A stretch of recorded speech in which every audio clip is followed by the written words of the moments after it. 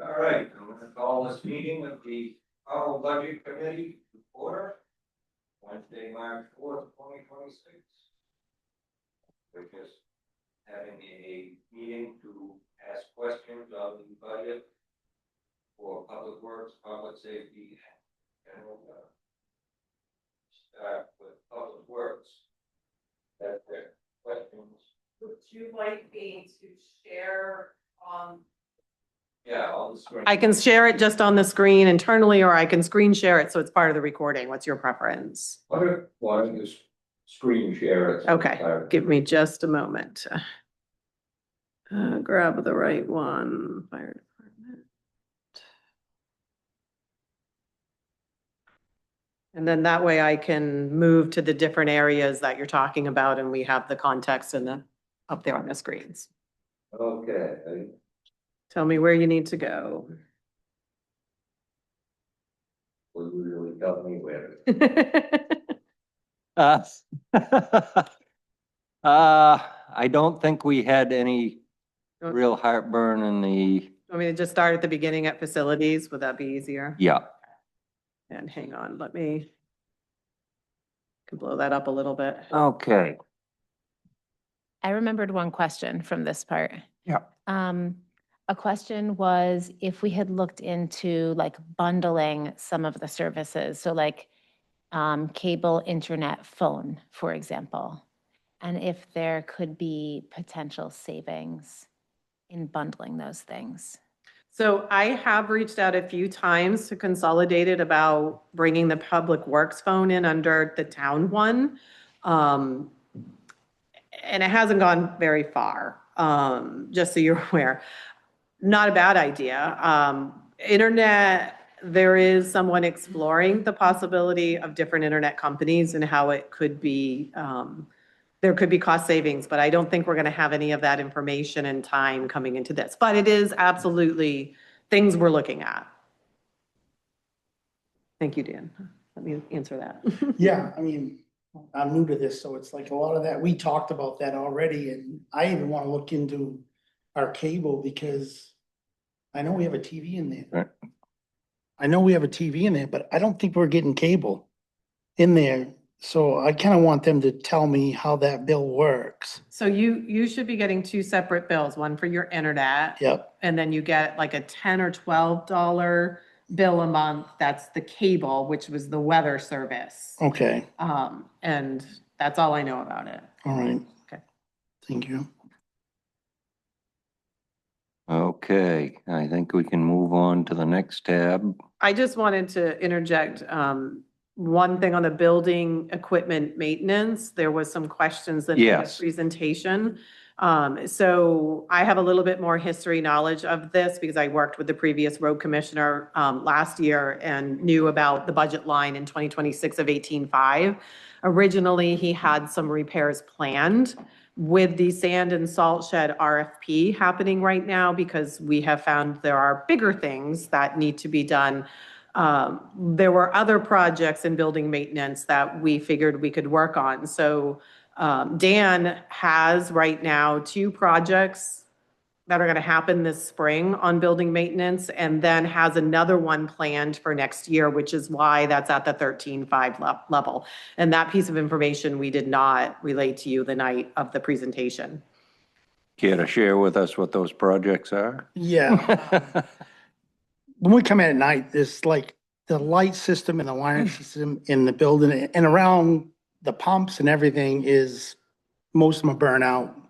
It's a safety issue for the fire trucks coming in, for our equipment down there. It's pitch dark when you're trying to load them trucks. If somebody walks around a truck, it's pitch dark down there. So one of the big projects is getting the lights up to code and, replacing them outdated lights.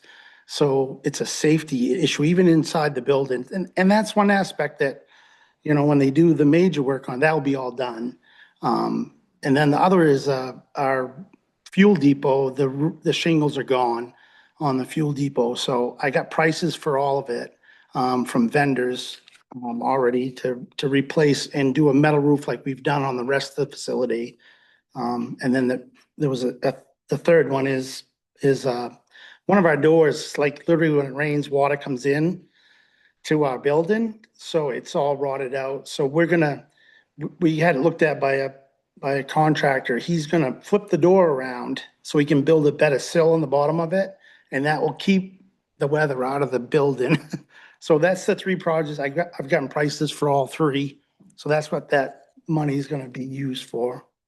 But so it's a reduction of $5,000 because, I'm just trying to make sense of it, because some of that work is included in the project RFP. for, yeah, the RFP for, that will also include the repairs to the salt shed? Is that No. correct? No. So some of the money is in this fiscal year. So the select board just approved the electrical work estimate at the last meeting. And then one of the other projects you're doing this year under the budget. So what had happened in last year was a previous road commissioner added $10,000 to the budget line because he had planned to get, I'm trying to remember correctly, I believe there was a door and a section of the roof fixed. But then when our insurance company came back and said, there's a little bit more that needs to be done, we halted that work and then looked at other areas that needed fixing, which is what Dan has done. But that's not enough money to do all three of those projects. So one of those projects he has budgeted into next year, which is why there's still the 13.5 versus the 8,000 from 2 years ago. Does that make sense? Yes. Okay. Bringing that down. Remember at the end of that meeting, Yeah, we did. there's a reason why. Yeah. Yeah. That's how And I I got the prices with me and the. I mean, all we need is all we need is the justification for why you're doing. And we forgot that information the night of presentation. Yeah. Sure. That was one of the main reasons I wanted to sit back down a little bit with you, because as we went back through, we realized there was probably more key pieces to talk to you about. And I have to say, the lights and the safety around the building is so important. Yeah, that's just never in question as far as I'm concerned. Comes to spending money. Yeah, if you come any given night and drive around these buildings, it's pretty dark, around here. It's just, a big issue. It needs to be addressed. I appreciate that, because on Monday nights, we're leaving here alone sometimes. So it's nice to have a little lighting out in the back as we're getting in our vehicles. And it's all gonna be redone with much brighter light. The lighting nowadays, the LEDs that they're gonna put inside the building and outside the building are so much better than the old technology we have now. It's gonna give us so much more light out there. And, even for. And it's more efficient. It's more, yeah, they're all LED. They're a lot less than all the old bulbs that are out there now. They draw a lot more juice, so it might help our electric bill. Okay. Move to the next section. Okay. I'm not sure that we had any big questions on the winter roads. We understand the increases in the plow blades and winter sand and all of that. Nothing goes down. It's hard to predict what a winter Right. is going to look like. This winter is Well, more you- of your typical early 2000s winter, and they've been busy. You've used a lot more sand this year, so you gotta replenish it. I reached out to our vendors, I'm trying to make a data sheet of all my vendors and get to know them and who my contacts are. And because all the tariffs, most of our supplies for our plows and wings and everything all come out of Canada. And like they told me if we would have got it like in September, we would have got it for like, a third of the cost. It was like, it really jumped up when they put all them tariffs in there. It went right through the roof. All our cutting edge has gone through the roof. So. All right, fleet maintenance.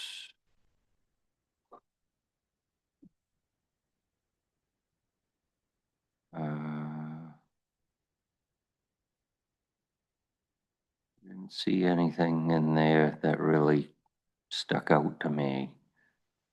The select board did approve the purchase of the 5-year warranty for the Western Star, our newest truck in the fleet, which is going to be a huge cost savings in the long-term maintenance too. So that was one of the reasons that Dan was able to keep the equipment maintenance line at a steady over last year with the purchase of that.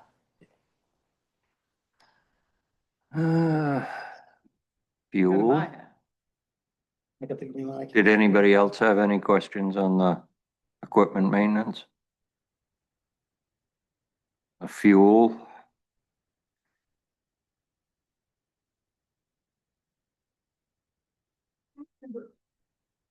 I do remember we discussed that.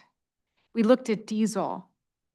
The request at 42,000 and looked at, the 25 actual budget and didn't know if that could be brought down because that was, but then, yeah, because it was 31, it jumped up to 42. Did diesel go up that much? The thing about the diesel, I mean, like almost every time I get a bill, it goes up and down. It's so much. And this year, I just put in for COG and they canceled it. They're gonna put it off for 60 days because he said everything that's going on overseas, they're really afraid it's gonna affect the cost of diesel. So they don't want to lock in. They don't want to lock in right now. So he told me, and he'll send me another email out in 60 days. I'll be able to put in, COG bid and, see if we can get a better price on our diesel and gasoline. So, but it was supposed to be done this week and they stopped it because everything going on overseas. So we really don't know where it's going to go from here. That's the thing. Sure. And what I've read is that we are expecting it to go up. Yeah. We have to expect. And this year, we've had 30 events, plowing events this year, which is a big year for plowing. And sometimes some of them storms, we were almost going through the whole tank of diesel in, a week and a half. So if you get a big winter, you're gonna use a lot of diesel. So, and this year was a big winter. So when does that get billed? Is it monthly, quarterly, or just whenever they fill the tank? Every time they fill the tank, they send me an invoice and it gets billed out. And it changes. It's up and down every time you get a bill. So it doesn't, that's where I'm thinking maybe if I get into COG and I set that price, it might be a better deal for the town. And right now I looked into, we don't have a contract with Rinaldi. So it's not like we're stuck with them. We can go to another vendor if we can find a better price. So. The hard piece too, sorry to interrupt you, Yeah, no, Dan, go ahead. is this happened 2-3 years ago, when things were happening, initially over in Ukraine. The collective bargaining all stopped because it was about the same time. And then it actually was a higher price to lock into the bargaining agreement than it was for us to just have sort of a pay-as-you-go kind of thing. So it's again, if we had that crystal ball, to know, so we're not sure where we're going to land on this. It might actually be cheaper for us to just find our own vendor, given what the climate is right now. We don't know. And this is my first budget, so I've gotten the data of what we've used for this year. So I'll have kind of that, I can kind of search around now that I got somewhat of an idea what we've used this year for diesel. I didn't have that before now. So, hopefully I can, I'll look at the COG and if it's like she says, if it's higher, maybe we'll stick with Rinaldi if it's cheaper, You might be able to actually negotiate if you say, we buy 300 gallons, or it's probably way more than that, Yeah. in a season, then you negotiate maybe a contract directly too, so. Right. That's why I kind of wanted to ask them if we were locked in with them because, I'm gonna try to find a better price if we can get it. Because the fire department too gets fuel through us. So, So that helps that budget too. Yeah. Road maintenance. Okay, this is my big heartburn. All of ours, I think. Yeah, the paving. yeah. I've got it in my mind that we're gonna recommend that you don't do Allen Road this year. Yep. And I know it puts you behind the 8 ball, but I kind of want to see what prices do.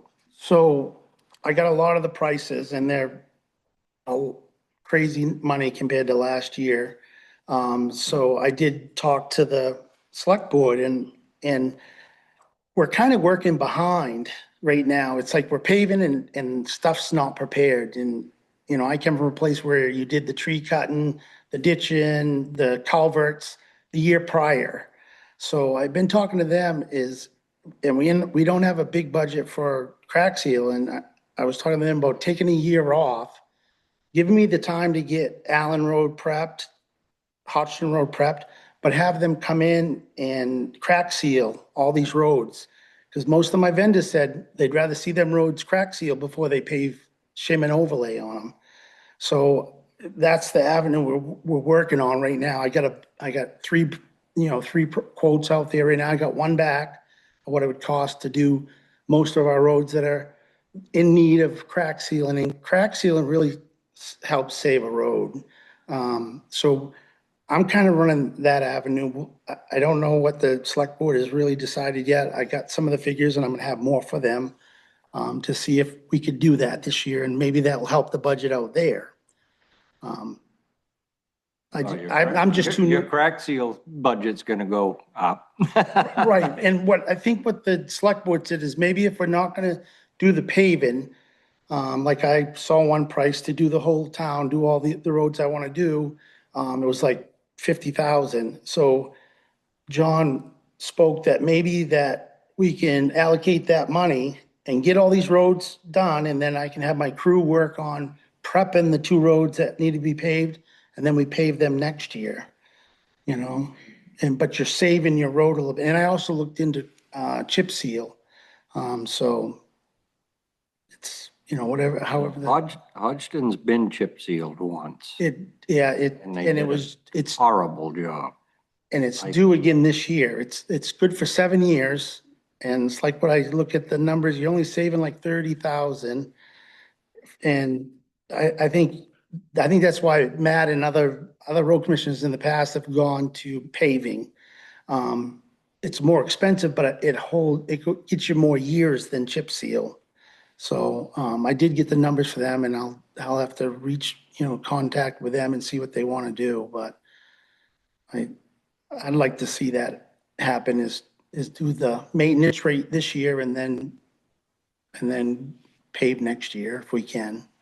So I have a question. Yep. So looking at this now in the paving rehab, would you reduce that down and be using that line for the preparatory work that you're Yes. talking about? And then your not crack chip seal, but your, your chip seal, right? Crack sealing. I don't get the right Crack term. sealing, yep. That line would go up this year, but probably not. Not next in year. this- In the same, or Because next year, yeah. you would, if we did all the roads this year, you don't, once you crack seal them, they last for quite a few years. It's Okay. not something you gotta do every year.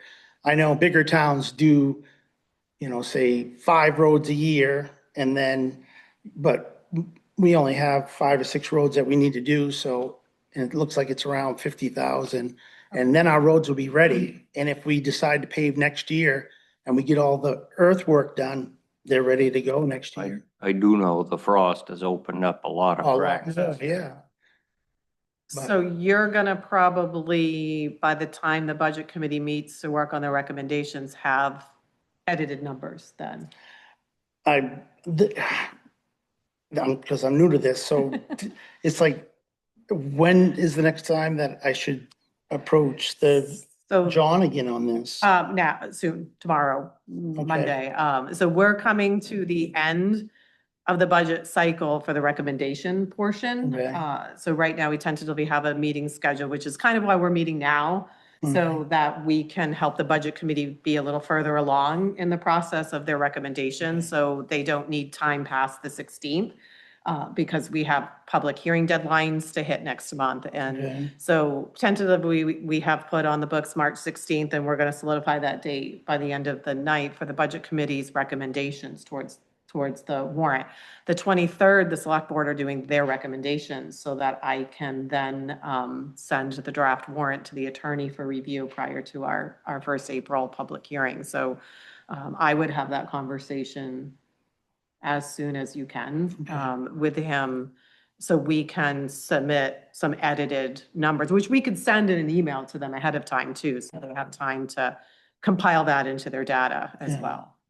I mean, when I left that night, they all seemed like it was, you know, an interest, you know, a different avenue. And he said, get the numbers. And I got one contract, you know how it is. One contract gave me the numbers. I got two more that's gonna give me numbers, but I haven't heard back from them. I didn't know if they were gonna talk it over when I left and get back to me or. I would pursue that, Okay. so we have that in place, if that's the direction we go. That they and we're wanna ready go. to make a shift, yeah. Okay. Would that mean that, so the paving and rehab line would probably go away for this year and then chip and seal would go up? And then with the knowledge that we would. Yeah, and then it would be next year, the pavement rehab would have to go back up again, you know, for pavement for next year. It would be a reduction, it wouldn't be a total zero Yeah, out. you're gonna need some paving for paving Yeah. anyway, if you replace a culvert or. I have two areas that I'm gonna box cut, like I did a box cut last year, it's like 11,000. So there is other work that, you know, we should have some money in there for, if we do a cross trench, replace a culvert this year somewhere, you gotta pave that back in. So, yeah, I couldn't go to a zero, figure, but it's definitely gotta be some money in there for that stuff. Yeah, and then to be clear, so Allen Road underneath the railroad tracks all the way to New Gloucester is state owned. Yeah, that's not us. Like that's the road I live on. And that Yeah. is scheduled to be paved Yeah, this year. this year, they are gonna work on that this year, so hopefully. They were not leaving that out to skimping. Well, this would be ours from. Oh, you have to pay for that. At this point, I might, I know. maybe not. Yeah, it's gonna lower the bridge height. Oh, man. I don't know. They'll probably grind out underneath. Yeah, I hope so. I hope. Yeah, maybe people will stop hitting it like that car area was. You had one the other day, didn't you? Yeah. Leave your bike on right now. Okay. Okay. We understand Greater Blades was pulled out of the Plow Blades line and assigned a new line. Yeah.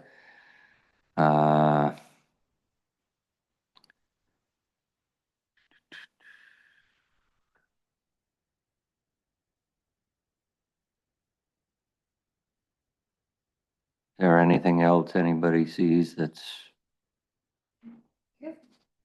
Dust control seems variable. Oh, that's because it just depends on the way the summer is. Yeah. And that stuff's pretty pricey. You know, when we get 5,000 gallons, it's around 9,000 to fill our tanks, to do that. But it really makes a difference on holding your roads together and and it's pet safe. yeah.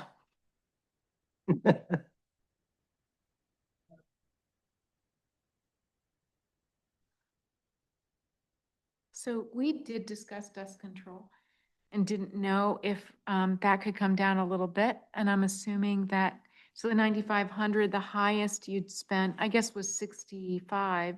In 23, there was 0 in 24, essentially 0 in 25. And But I guess year to date in 26 is already 56 for dust control. Am I reading that right? Is that because it was a dry? It was because we were in drought last yeah. year. Yeah. And we also have, and like our, Ice Be Gone that we use for the roads and stuff. That stuff, we used a lot of that this year. It's kind of the same product and stuff, so it's really, stuff is, What's the fiscal year here, isn't it? July 1 to June 30th. Yeah. Ah, So this would be last fall expenditures that you're Yeah. seeing in the year to dates. Thank you. And I should apologize, I didn't update the year-to-dates with the most recent warrant on this, but there probably hasn't been too terrible. I did it on the sheet I sent you yesterday on all the other ones, but neither the fire department or the public works budget, I've updated the year-to-dates yet on these spreadsheets, just so you're aware. And if you want that, I can resend that information. Thank you.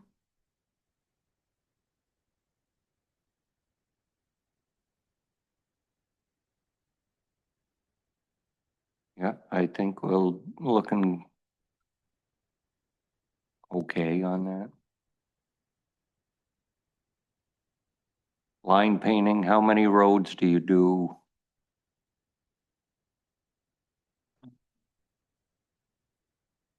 Have that downstairs. I think all the roads I do. It's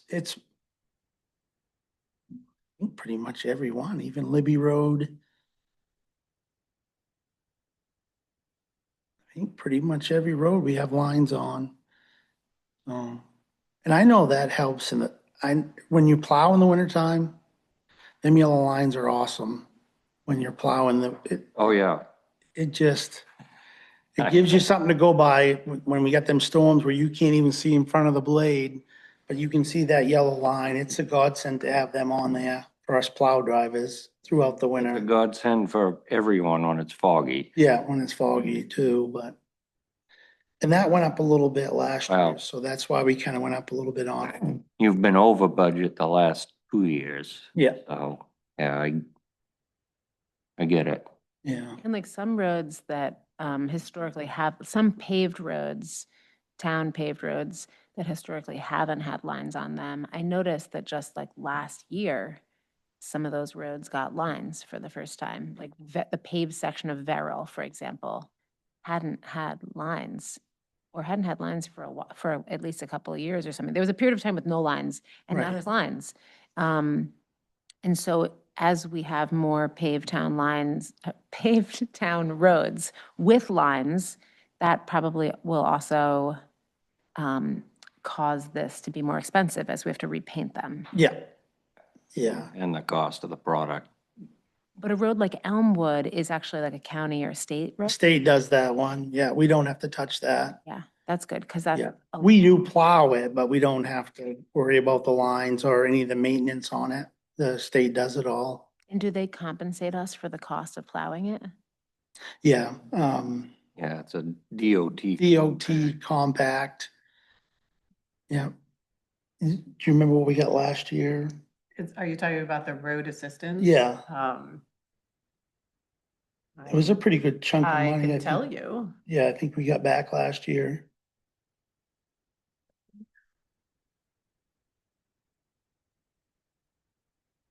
We got 42,524 in fiscal year 25. This year we got 57,935. So Backford. Yeah.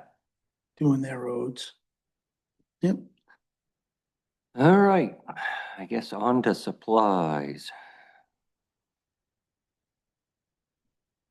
Which, no changes.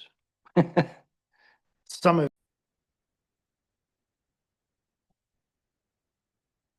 what was going on there, but Don't know.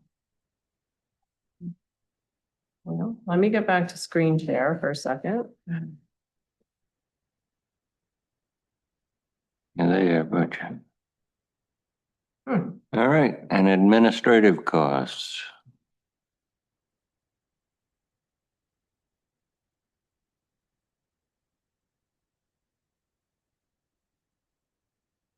Training, yes. I understand that one, because when the Department of Labor comes in, comes down on you yeah, as hard as they did last year, then yeah. We trained everybody in the fall of this year. Everybody got retrained and kept documentation and started files and everything, because yeah, that cost us a little bit. Policy updates. Yeah. Yeah, it was quite a bit of work that had to happen in a very short amount of time, Amount of last time. all unexpected work, but important, necessary, and we're on a great path forward now, so. And we do have a new employee, so I'm in the process, I'm gonna get him all trained, just like the rest of us, so. And whenever you go out for a training, sometimes there's a fee to it that you have to pay for getting them trained, so. There are certain requirements that we have to do, especially with Public Works employees initially, and screenings that we have to maintain. Another piece, Maine Municipal Association offers what's called NeoGov, which is free training, and I got everybody set up on that last fall. And Public Works, it has modules for chainsaw safety or, running a loader. And they're 15, 20, 30-minute classes. So it's just free supplemental training that really helps, that they can do when they have a minute on the computer, and they pass in certifications in their file, and it just really goes to help sort of support some of these larger trainings that we can't always get to every year or send everybody every year. Yeah, I have to do, I think, 14 hours a year of We can use it. NeoGov training. Yeah, and we can use it for our bloodborne pathogens training and the harassment training and things like that we're required to do each year now. So it makes things much easier and less expensive on the training for us. And I'm gonna go to a new system where you get a hold of Safety Works, and they'll come in after the 1st of July when you're in your new budget, in case they find something that needs to be replaced. But they'll come in and train my whole staff, where everybody's already done their initial training. They'll come in and they'll take one day and they'll go over everything, so the town is compliance for that for the rest of the year. So I'm gonna get us, set up for that. We did it in Freeport when I was there, and it's just takes a lot of the headaches away. Because they're the ones that enforce it, so So if they're teaching it, They- they're not gonna ding themselves. they're not gonna come. Right. Does Safety Works actually enforce that? Or No, they're a part of the main labor, right, so, but they'll come in and, they, yep, when Maine Labor sees that they've been here, they'll leave you alone? they leave us alone. Yeah. Yeah, we did it for years in Freeport, and, we never had any like claims there because Their training though isn't free. That- that's something I gotta look into, what it costs, and there I again, think there is that's part of our training. a slight budget. cost for it. Yeah, I'm gonna do that, but it's the way to go nowadays. Takes a lot of the headache away from it, and, It's not huge No. for what they do. and yeah, The compliance that you're getting out of it, it's well worth it. yeah. And they'll come in and they're good with you. They'll look at all your stuff in your garages, and they might see something you don't notice, and, you just get it fixed, and you don't get that knock on the door like we did this year. So, That's very good. All right, well, we'll be eager to hear on the paving yep, and crack sealing yeah, difference on that. And if you just want to send it out to us, that we can discuss it before we make our recommendation. I'm gonna stop that screen share.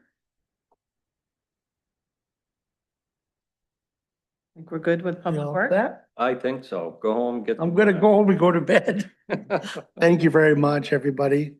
Thank you. Good job. The roads were good this morning. Thank you. And this was a tough one. It was a little wetter storm, so it packed on instantly last night, so. Yeah. No, they were My good. boys did a good job getting it down to blacktop. Good night. Thank you, everybody. You're the next one in the barrel. Well, his will be much more fresh in your mind because you Yeah. just heard it last week at least. I got it all screen shared, yep.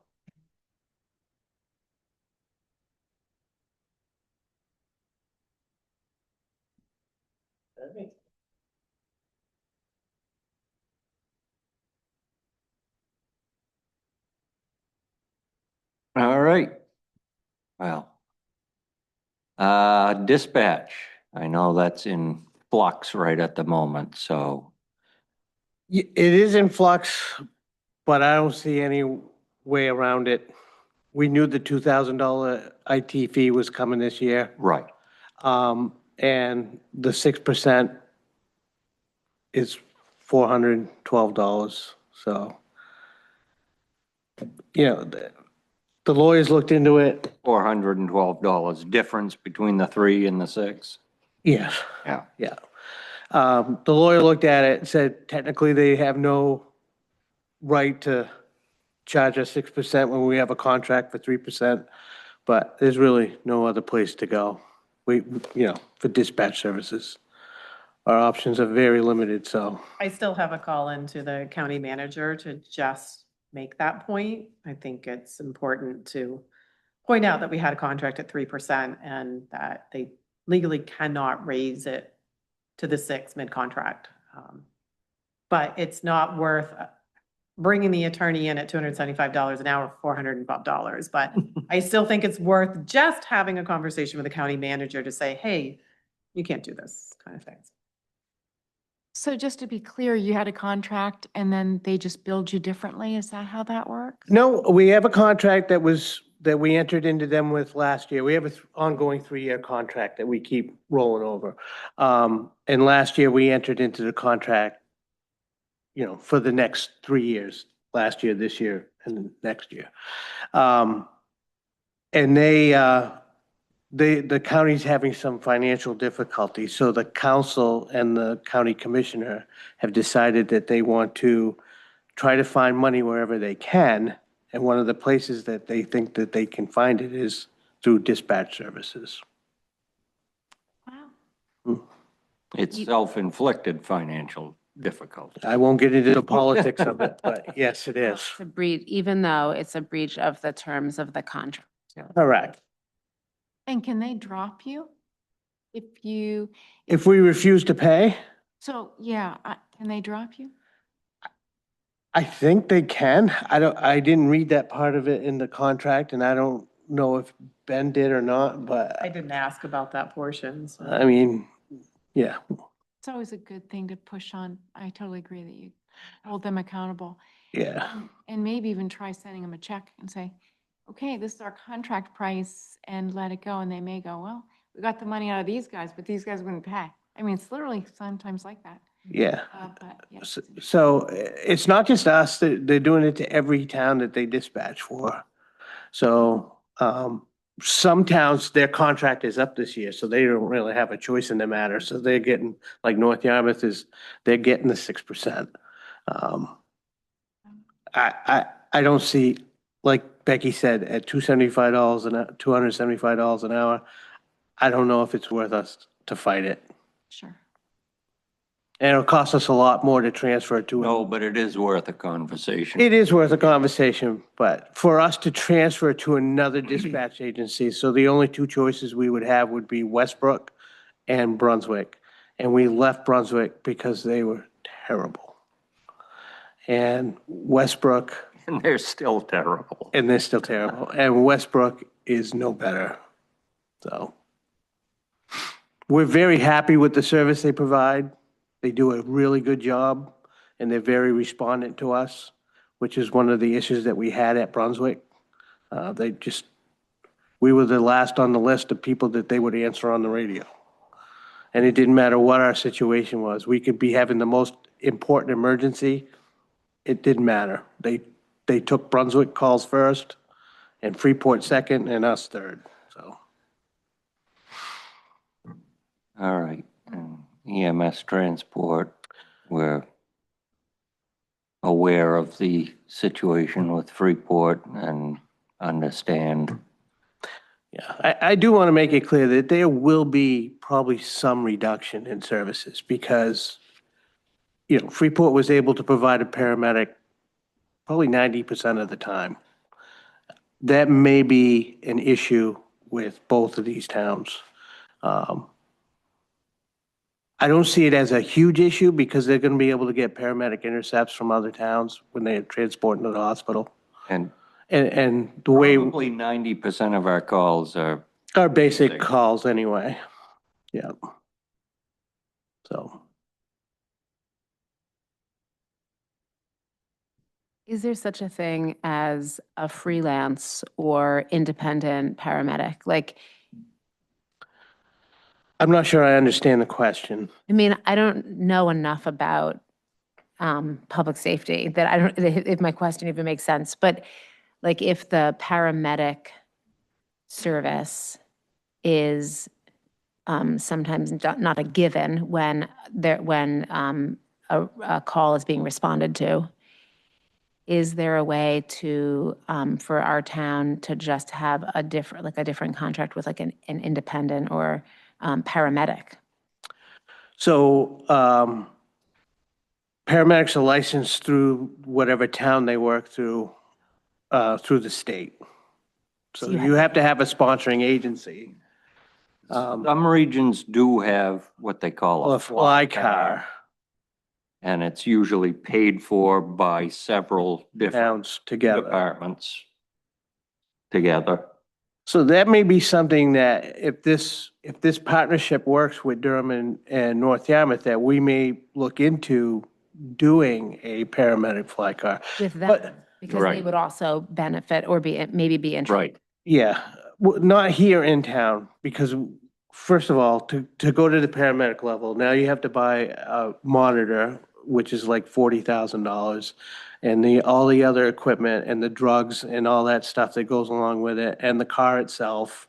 So you're, for a paramedic fly car, your investment would be, Substantial. yeah, almost as much as an ambulance. Yeah.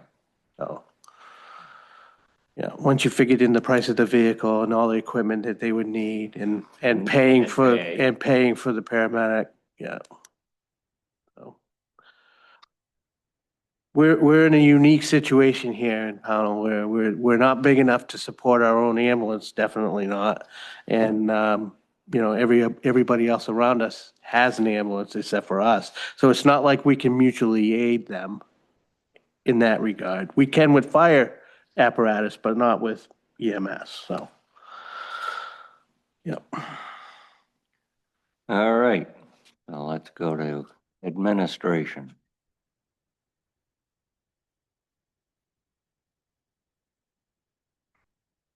Uh,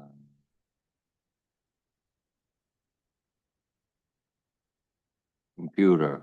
I Yep. know that, don't take this wrong, Becky. I know that got shoved on you this year from general government. Mm-hmm.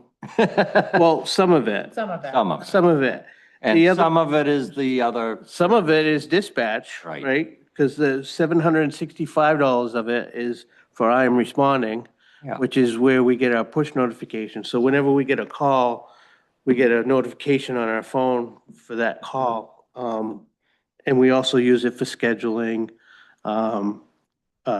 meetings and other things. So, and then I requested $2,700 for Station Boss, which is a run reporting software, which also does scheduling and some of the things that I Am Responding does.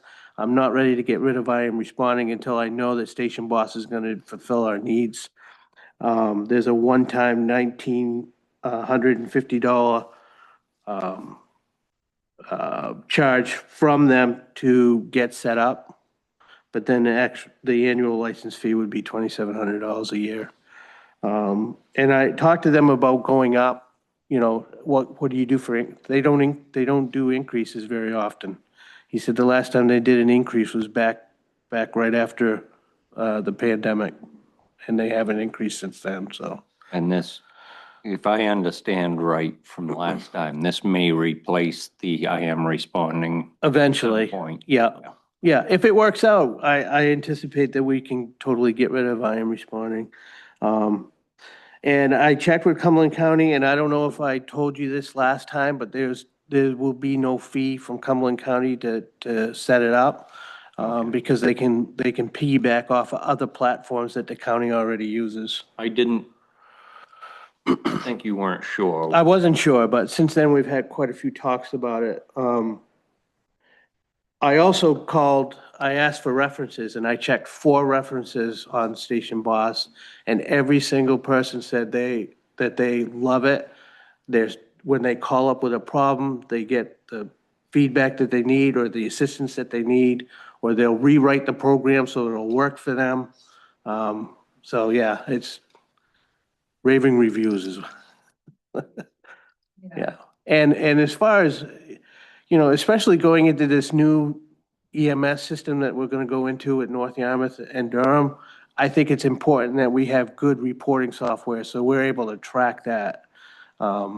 Right now with this free state version, it's almost impossible. So, That sounds great. I think it's smart too to make sure you're migrating off I am responding or making sure there's like the same features you need. yeah. Okay. Okay, compensation. I don't know anything new about this. Officer stipends. Okay. I'm gonna make this statement right here and now in front of everybody. I am going to abstain from voting on our recommendation because I am an officer in the fire department and I don't want there to be a conflict of interest.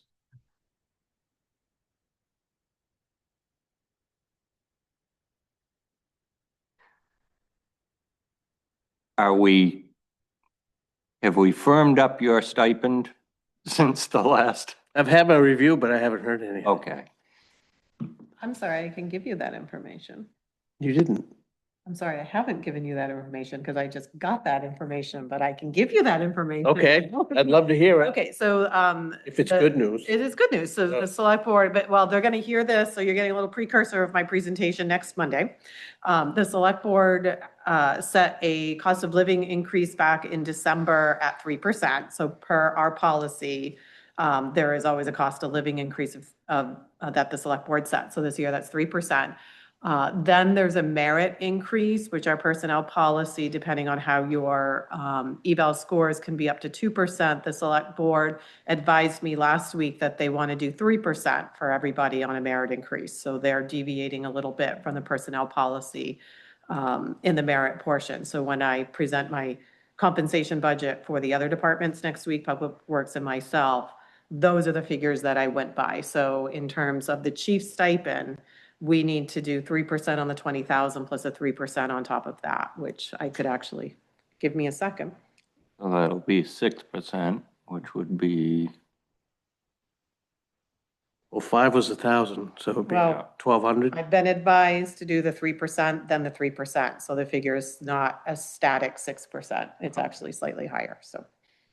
Hmm. That's even better news. Hang on. you.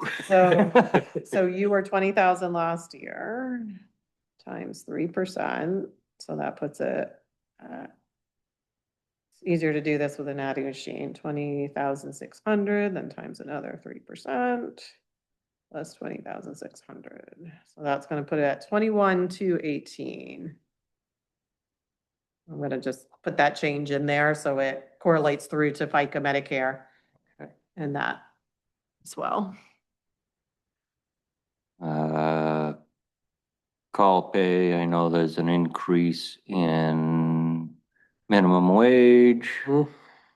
And also we have 26 members on the roster as compared to the 2023 budget year, so Mhm.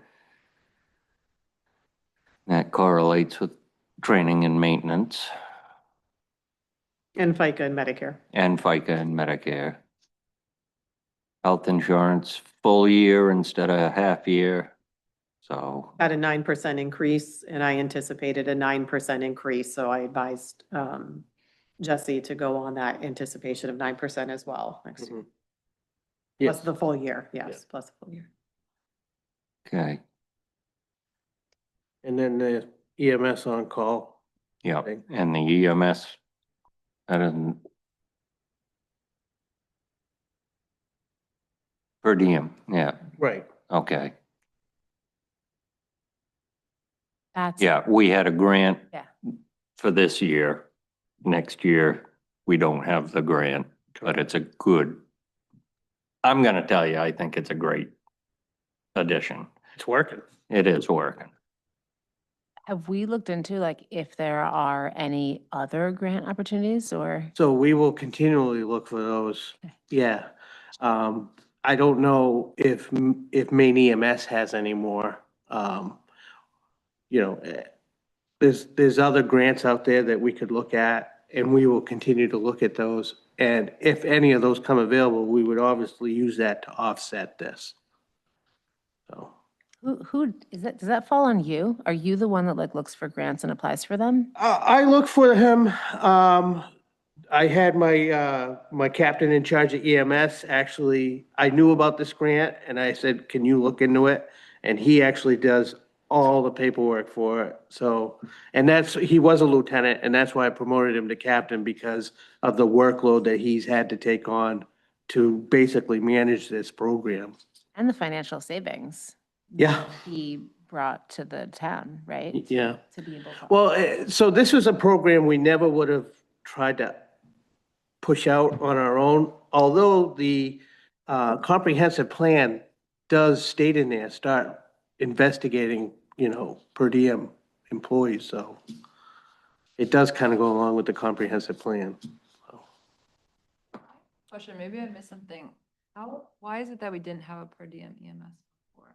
We pay someone full-time before? No, what it was, Volunteer. yeah, so before, when the tones went off, whoever was available went. Now 3 nights a week, and this was a grant, the 17,000 that we had last year, or this year that we're working in right now, was a grant from Maine EMS that they received, I think was part of their ARPA money. So we could use that money for several different things. We could use it for staffing, we could use it for training, or those were really the two things. You couldn't use it for operational purposes. So in other words, you couldn't use it to replace old equipment or buy new equipment. But Recruitment. you could use it for recruitment, retention, staffing, which is what we used it for, and training. So those are the categories you could use it for.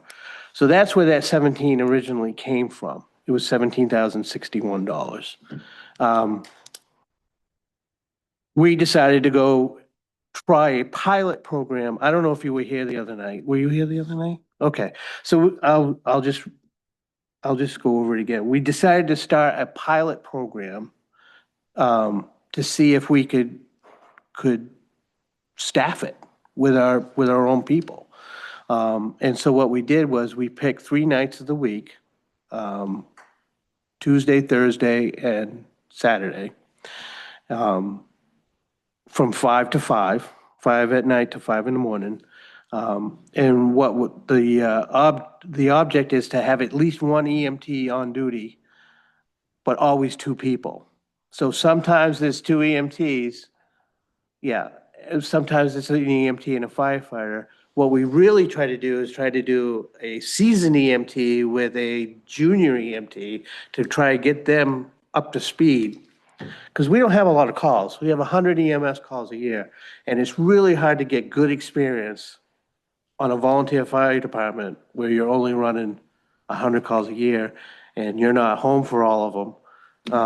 You may be lucky if you make 15 or 20 of those EMS calls. So And so, yeah, it's like. it's getting them more exposure. Yeah, and I guess too, it's like, I think about, the outcome is better trained staff to respond to those emergencies and remove burnout to not lose staff as well. Right. Yeah. Yeah, exactly. Burnout's a big thing in the EMS world.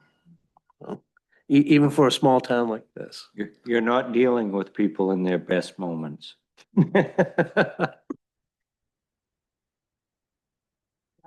All right. You ready to? I'm ready for buildings. Okay. So, what do you want to talk about there? Uh, I'd like to talk about the telephone. Yes, telephone, So right now we have 2 lines at the station. One's a fax line, which we don't use anymore, and the other one's the regular house line. I know that there was some talk about getting rid of the house line because usually nobody's there to answer it. However, when the power goes down and there's a big incident going on, that's our emergency operations center. And we need a working telephone in that operations center. And, you know, the telephone line that comes off your regular telephone, consolidated, doesn't lose power. Whereas Spectrum telephone, when you lose the internet, you lose your phone. So I think for our purposes, it's important that we keep it one line going. So I tried calling our guy.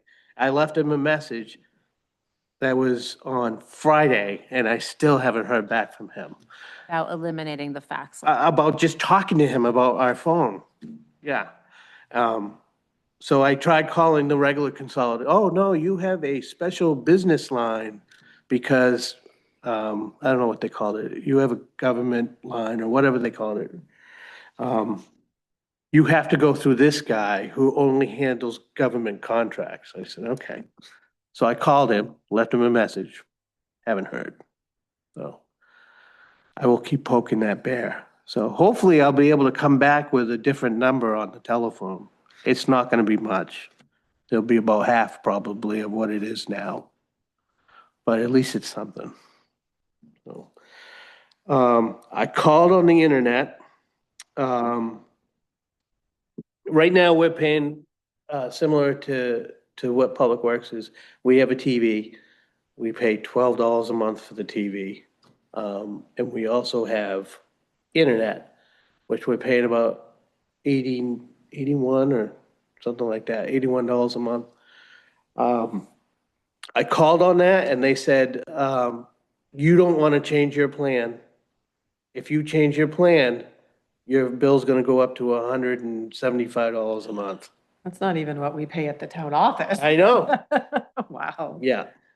You're locked in, you're grandfathered on an older plan. We are grandfathered in on an older plan that as long as we stay with it, that's what our price is going to be. It may go up slightly every year, but it's not going to jump to that. So I'm hoping if we do build a new building, we'll be able to take that with us.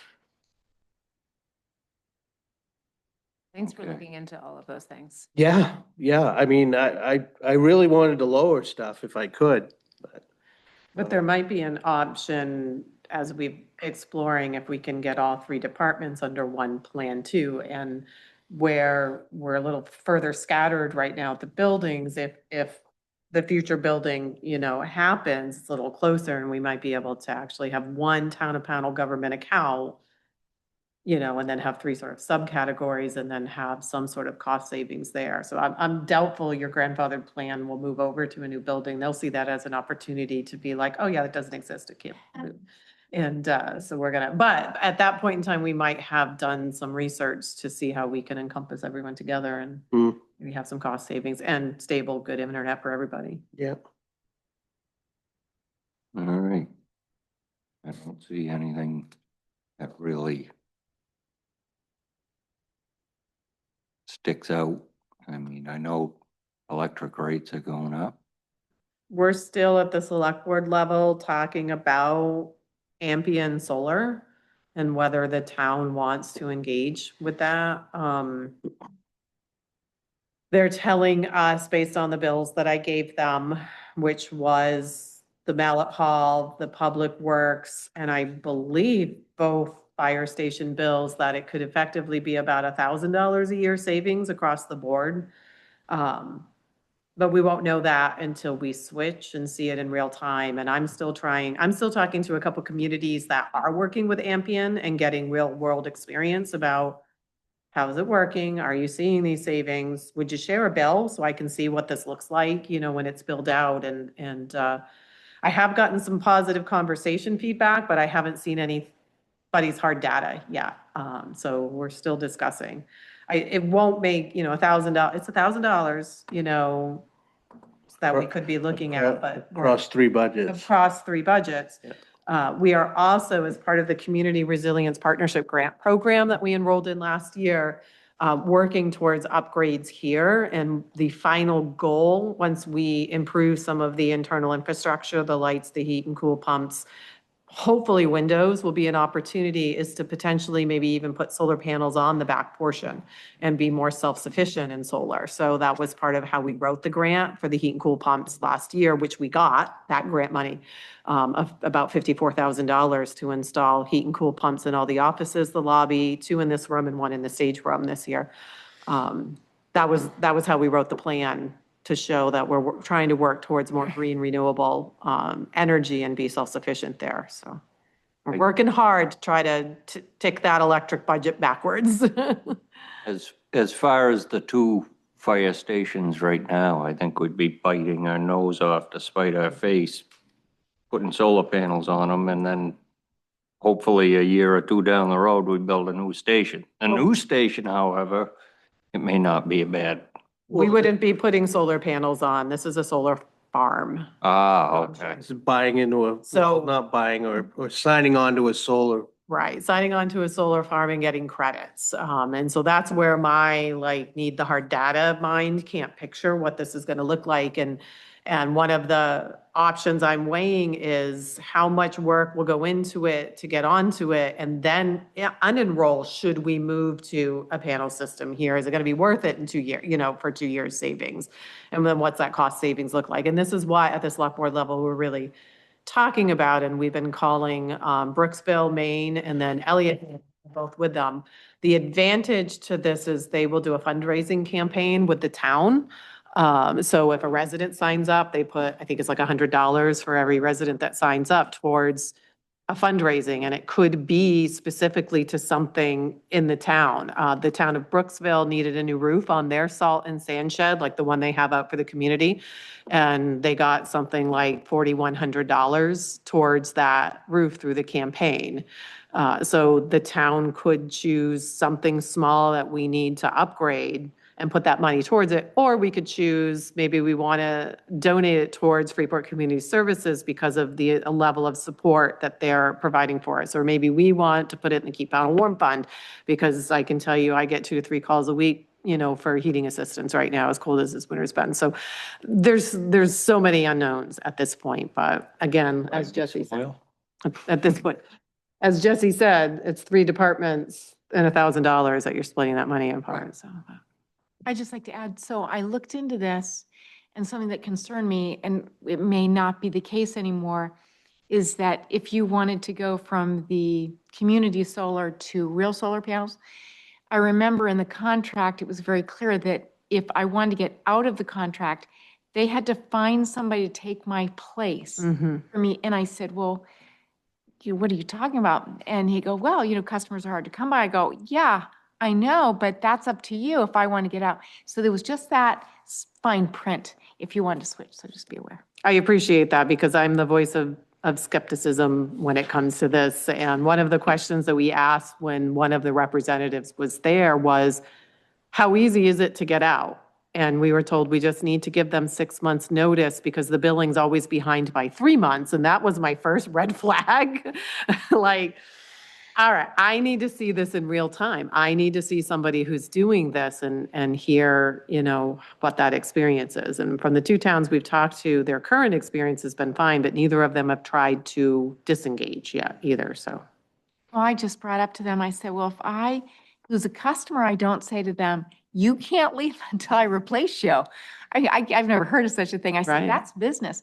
But yeah, it was just interesting. It's like if you choose grocery stores, did you have to find your replacement for the grocery store you loved? Kind of like same, yeah. Thank you. It's good to know that piece, because these are all the pieces that we're weighing as we consider whether we want to use them or not. It's a solar farm, and we've used it for about 10 months now. I just did an audit, and it is significantly cheaper. Okay. Same fee.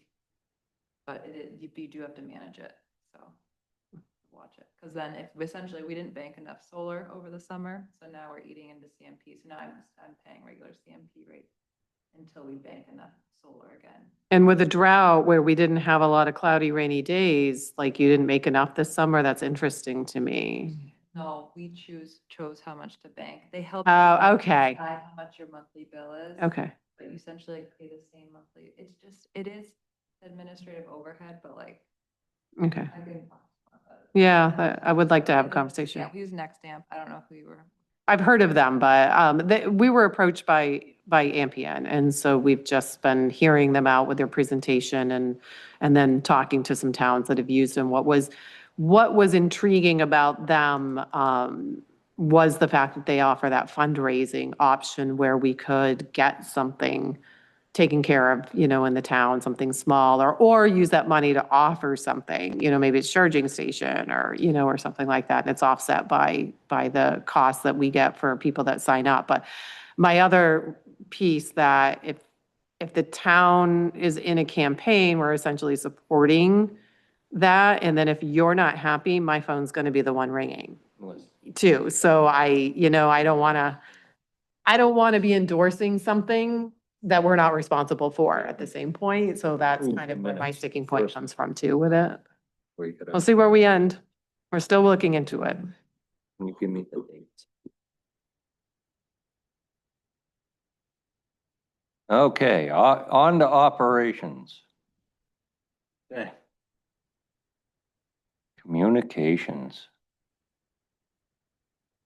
You all set with the apparatus? I am, yes, but I guess probably the engine one increase is tires, Mm-hmm. as I recall. Mm-hmm. The decrease in engine two is we don't have to rebuild the pump this year, so, because we did it last That's a year. good thing. We don't have to do that every year. And the rest, is that Old and zero? steady, yeah. Okay. Communications, So I dropped the maintenance line a little bit because of all the new radios that we have, that we got through Cumberland County grant, the Cumberland County grant and the capital right. money that we were allotted for communications upgrade. Yep. So this is actually the drop budget. Hmm? This is actually the drop tab in the budget. Yeah, yeah, it is. I think it should be noted, I think when we go to the bottom, that you can see in his operations budget that he dropped it by 14.3%. I think that's worth noting here. Oh, I agree. I looked everywhere where I could cut. Yeah, and I got creative with the cuts. Yeah. You guys have any questions on that? or- I think we're good. I don't like the bottom line. No, I do, well, It is smaller than last year's increase. it is. I do, going back to operations, I'm sorry. Yep. Dry Under which one? hydrants. I think that line may have to increase next year. What's it? Not this coming year, but Oh, the following year? yeah, Yeah, but as you can see, it's been years since we spent any money on dry hydrants. right. Is that just for maintenance of them? Yeah, so like if we find a cracked pipe or a broken connection, then we'll have to spend some money to have it fixed and, it used to be we were able to put one in for about $1,000 too, and then, it's, we can't do it now. I am saying next budget cycle, we have a lot of dry hydrants in both Thwaites and Chandler Brook. Mhm. Well, And Yarmouth is taking dams out on the Royal River. Both of these tributaries drain to the Royal River. Yeah. And they're predicting anywhere from 2 to 4 foot drop in these brooks. From what I did think the Army Corps said that it would not affect the dry hydrants, is what I heard. yeah, well, Yeah. Okay. Other stuff. yeah, if the dry hydrants.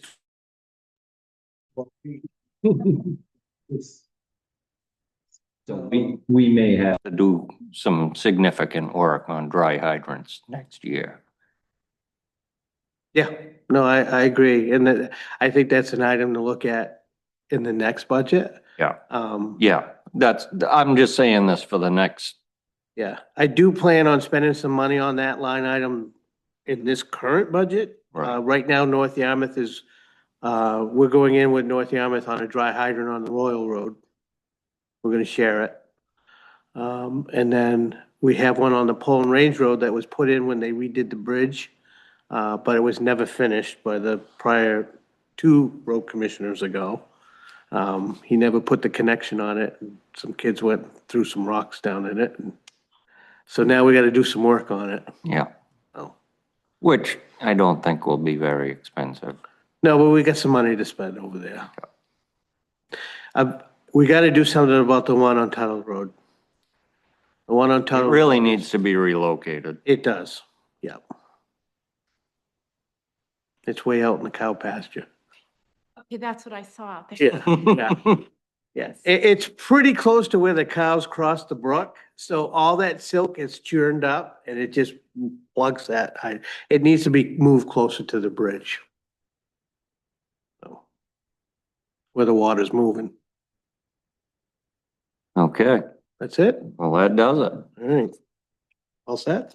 Thank you. Thank you. Thank you.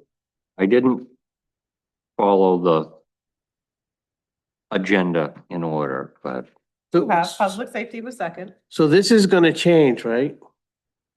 This final number is gonna change because of the pay raise and right, I'm gonna get something new on the telephone. Yep. right. Just keep us, either email it to the budget committee email Yep. and let us know what your final To both of you. and why. Yeah. Okay, yeah, you're welcome. No, I mean, as far as approving minutes from prior I meetings. didn't know if you had any minutes We- to approve. Yeah, Okay, well, yeah, you can go back to that after. It's not a problem. I know I can. I just, in interest of getting people out of here on a reasonable timeline. All right, so what are your changes? You want me to, you want me to talk about the changes that have happened before I answer questions? Does that make sense? Because it could be some of your questions. Okay. I'm going to go to the good news one. Let me get back to, oh, what is that little pencil there? I don't want to hit that pencil. Oh. All right, I don't know what's going on here. Hang on. Let me stop the screen share. I just need to get it back there. Okay.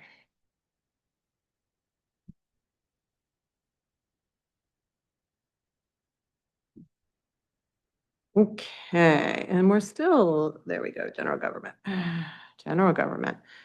All right, let's go to telephone. Let me blow this up. Initially, I had that line at 6060. We are removing the town planner's phone because we have gone to an external subcontractor that isn't in the office and doesn't need that phone. So I did call today and actually got somebody at Consolidated and initiated the paperwork to take that phone off. It takes about 30 days. Looking at the bills, because it's a connected line and not one of the main lines where the big expense comes from, I was at least able to reduce this down to 5580, I think, on that line. And there's a chance, coming into the next budget year that I might be able to even fine tune it more once I see what an actual bill looks like in a couple of months. So that's my good news, a reduction I was able to do. So some things have come up, and I'll just pop up here to this line that is labeled comprehensive plan consultant. So one thing, we're not too far out again, believe it or not, of starting the work on the next comprehensive plan. They're done every 10 years. It was completed in 21 and adopted in February of 2022, and it took about 3 years to get there. So that's not that far away. If we want our comprehensive plan to be adopted by the state to open us up for more grant opportunities, we need to do some updates and we need to add some pieces to it. And the select board has had a discussion regarding this. And we have had a discussion with IOV Community Planning, who is our town planner consultant and is doing work for both economic development and future facilities right now in different capacities. This is work that she does for a lot of other towns and would be able to do it, but not for a year. And so her fee that she has given me could be roughly $20,000, and she can get that work done in about 11 months versus it being a 3 to 4 year volunteer committee based. I still think that we might want a group of volunteers together to help and assist or proofread and things like that and have some involvement. But at the direction of the select board, we're hoping to engage with her starting next January on doing necessary updates. So if we chose to send it to the state for adoption, we would be positioned to do that. Questions? Not so much a question as a comment. I think you'd still want some volunteer. That's- committee yeah. For the historical context. Absolutely. and, Yes, absolutely. Yep. Yep, I agree. I remember that process, actually having one of like the higher levels of town-wide participation.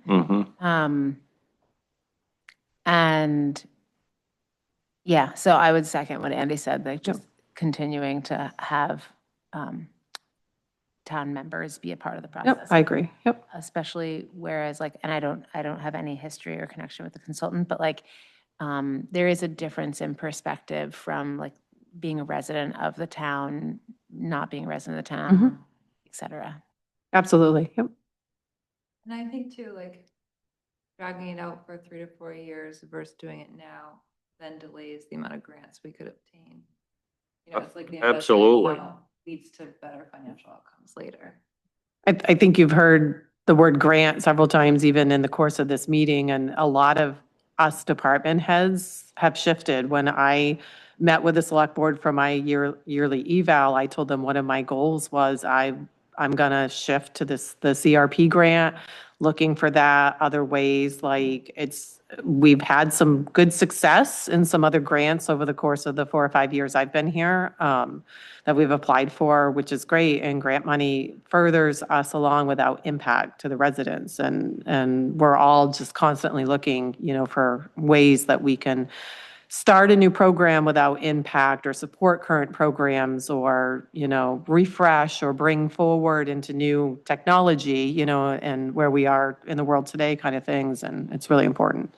I mean, Professional development for department heads, like, are there available trainings for developing like finding grants and grant writing, like building up that skill set? I'm sure there's a lot of schooling. I think NeoGov might have a tiny, a couple little, courses. I believe MMA might offer about once a year, kind of grant writing 101 or things like that. But a lot of it comes with networking. And honestly, with Isabel and IOV Community Planning being our planning subcontractors, she's very versed in grants. And so she's a resource I would lean on, if I had questions, and networking with other towns and town managers who have done this is another resource I use. she's the one that helped us through the tax increment financing process for the Estabrooks property. She has been and continues to be fabulous to work with, because I work with her on the Future Facilities Committee. She's working for the town in 3 different capacities right now, and now we're going to add a 4th potentially in a year. So we've all been pretty impressed with her works. And she shifts gears without batting an eye. She just, boom, from one project to the next. She doesn't slow down. All right, so the final change that I had to adjust is our legal line. There was a rate increase up to $275 an hour, which I reported out. What's hard for me to report out is unknowns without making insinuations of things that haven't happened yet. But there are a lot of projects coming. We have another RFP coming for the sand and salt shed, which is going to be contract review and attorney review. There are some policies that we need updating. We are going through the ADA compliancy for our website right now, and there's going to be a lot that might need some legal oversight there. We have a potential future building, in its next phases that is moving towards grant application, which is going to need legal review. Should it get to the point of we're asking the town approval, we're going to need a bond attorney to look at if we have to bond any of that money. We have a lot in front of the Board of Appeals, which requires either our town attorney to represent the Board of Appeals or conflict counsel if our attorney has conflict. I can tell you, there's a Board of Appeals hearing next weekend, potentially might get postponed. We currently do have something in the Maine District Court right now that's requiring attorney representation from us. I mean, there's a lot going on, depending on outcomes of future meetings could mean further, assistance needed without really knowing what that looks like. And in the interest of making sure that the town is covered and we're able to protect the town needing those legal services, but also have the oversight with all these different projects and the regular everyday business that happens. I really felt like I had to bring that line up significantly since the last time I presented. It's a tough pill to swallow. Yes. Can I just say, if you come to or watch the select board meetings, you will have an understanding of why. That is a very good statement. Yeah, if you watch the recent 4 or 5, you'll understand why I feel significant about making sure if I have to do a hard increase on something that still is unknown about what a future looks like, that's the line I would go with, because our town attorney is fabulous and we have relied on him a lot over this winter with a lot of business, everyday business of the town, aside from the things that could pop up potentially. So those are my changes. You know what I like about our town attorney, Ben McCall? He's human. He's human. Ben has a great way, if you watch the FOA training that we did back in December, Ben has a great way of explaining things where you don't walk away with more questions than when you walked in with questions. And nothing against any previous attorney that I worked with in this town, because they've all been fabulous and great. But sometimes I felt like, as Ben said to me, well, we legalese it. And we talk to you like a lawyer, expecting you to understand our legalese, language. And he will give it to me right off the bat straight. He's like, Becky, this is easy. The answer is, I actually get a yes or no and not a, well, it could be this, but then there's this and all that. And he's been great to work with and super responsive. And he had worked with the town as an associate under our previous town attorney for several years. So when he took over as our attorney, he knew us and all of Pownell and its uniqueness that we have here. So that was really important when we were establishing that. But so those were my 3 changes since we presented. Now we can talk about any questions that you have. Trying to Big sigh, remember big sigh. what I had for questions. And I think I've asked you most of the questions and you've, So I know one of the questions was talking about the food we feed the election workers. It's a fairly minimal amount of food. And just so that all the staff downstairs donates their time to cook it at home on their own time over the weekend and brings it in. So it's really the ingredients. And I think there was talk about setting up a meal train. I don't have the time during an election to worry about volunteers not showing up with food and then trying to scramble for food for these people that are donating their time to make sure that the residents of Pownell have a place to cast their vote safely, securely. And, so I think that's a minimal, thing that the town could do. And it's not a lot of money. It's a couple $100 each election. This particular election coming up, I have 4 different elections and 5 ballots, and my deputy clerk is out of the country. So food is, it's got to be a no-brainer for me in June of just ordering and picking up. I'm guessing the counter will be closed. No, the counter will be open. Our assistant or our part-time deputy clerk, her role on election day is, especially on that one because it's tax payment, the final tax payment Oh. due date is, she'll be running the counter, and then going home.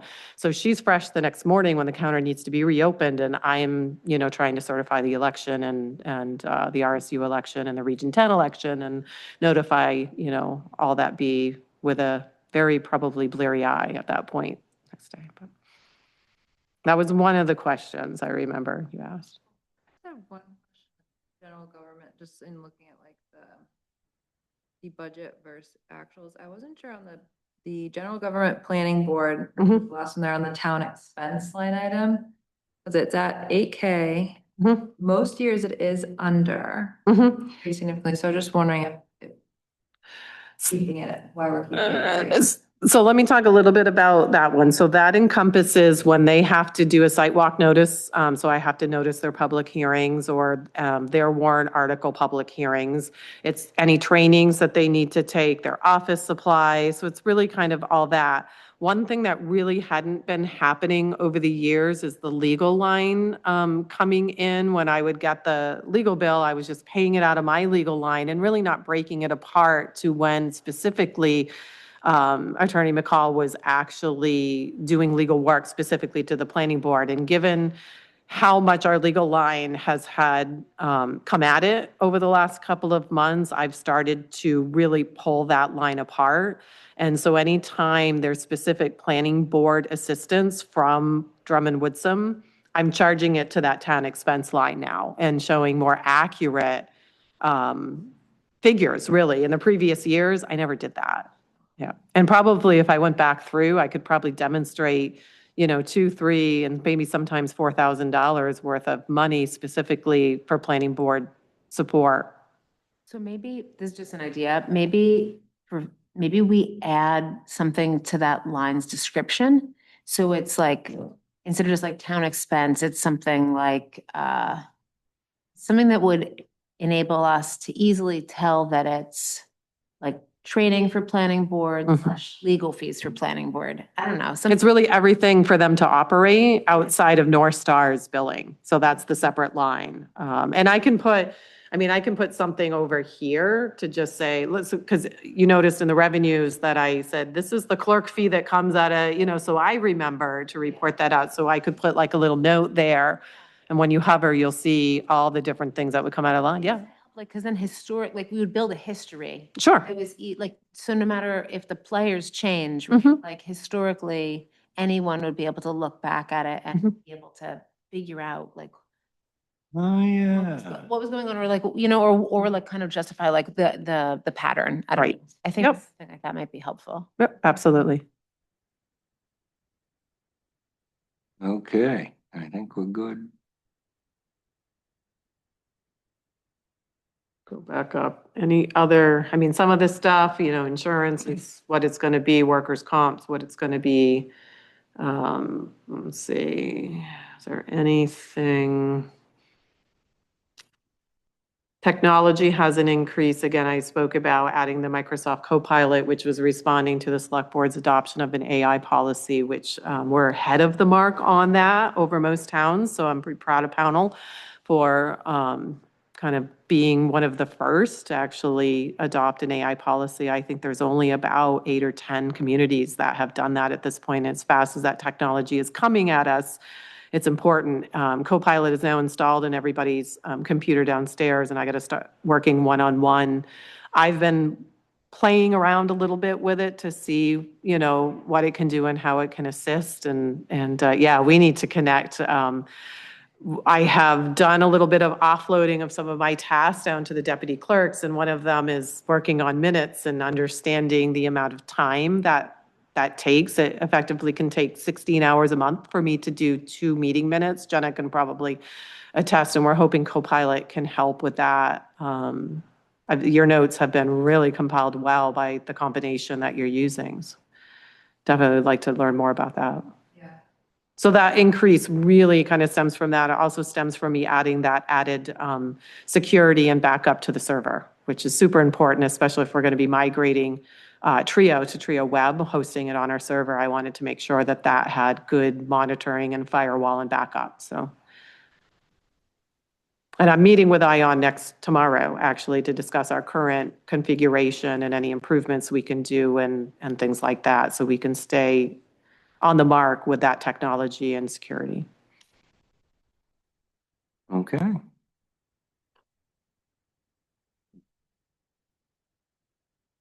Don't know.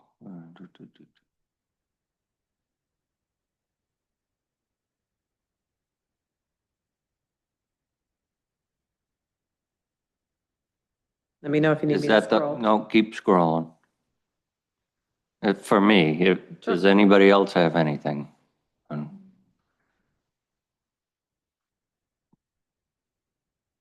No?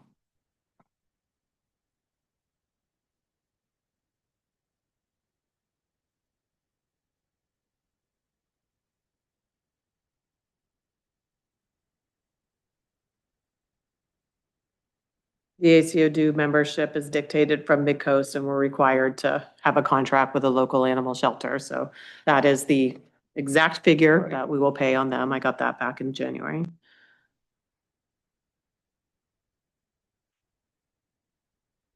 And so, and again, to just mention in the compensation budget, which I emailed out yesterday to everybody, and I waited one day because I just wanted Monday's payroll posted so I could have as up-to-date numbers on payroll in there for you. I am removing the town planner's compensation out, which was $68,000. And I don't want to, jump into that because I haven't presented that to everybody yet, but that helps offset some of this increase. So I have looked hard at that because of my initial hope was pulling that out was going to be sort of a net zero increase in general government, and then things popped up and we needed this comprehensive plan look, and then bringing on the new town planner contractor versus that, did use a little bit of that money, and now having to consider the legal line increase. It's still going to be a lot lower of an increase than it has in years past, so that makes me somewhat happy. Okay, let's move to Mallet Hall. And I know we had a few questions on that.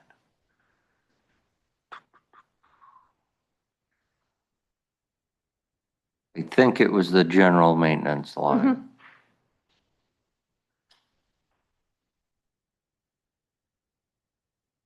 You and I talked about it, and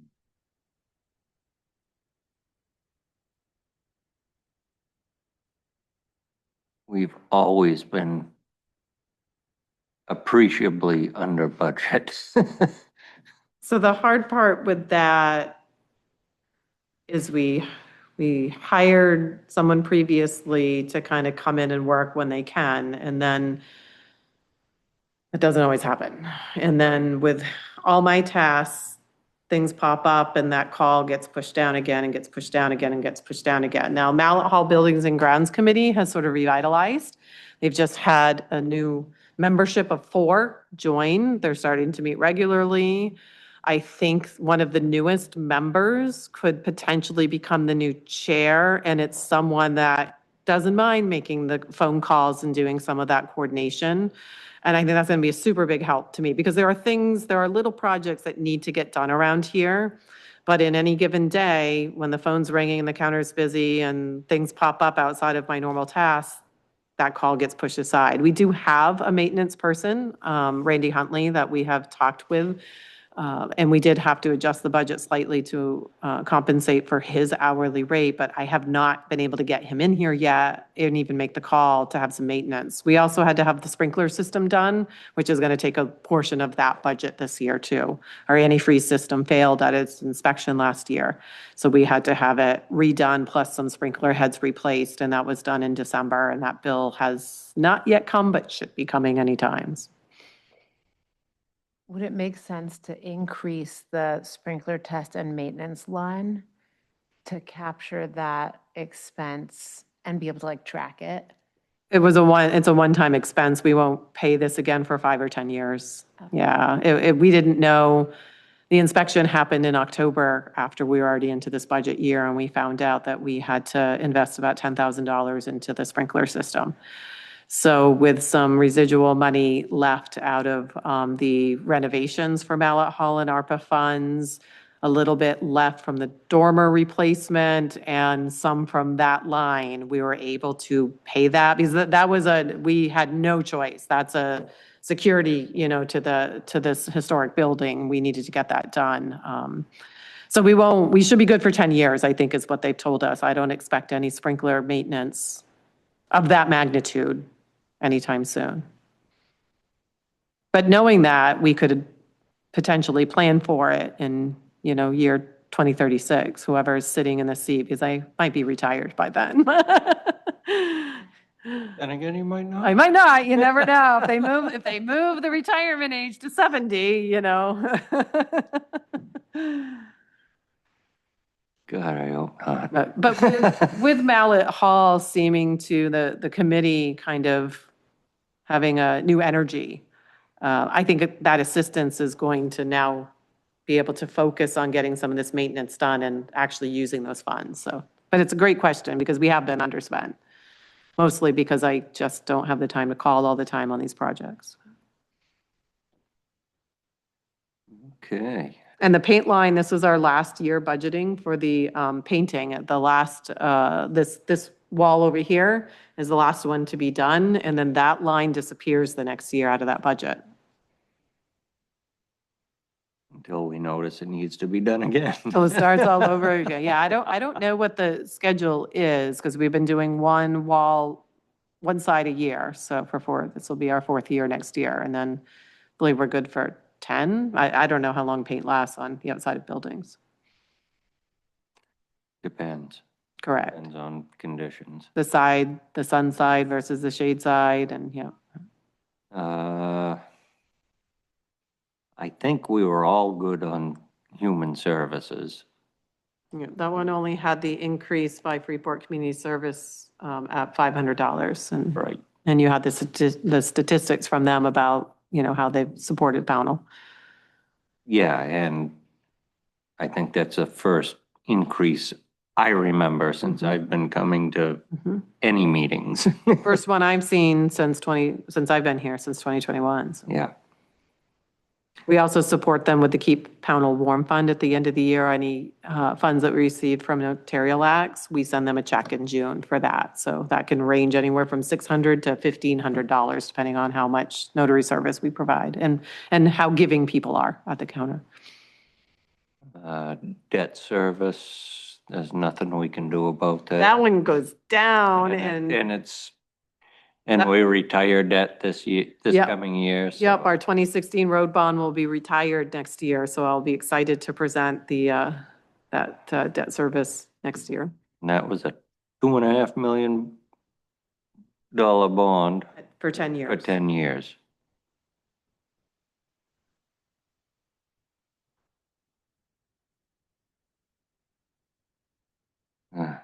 RSU.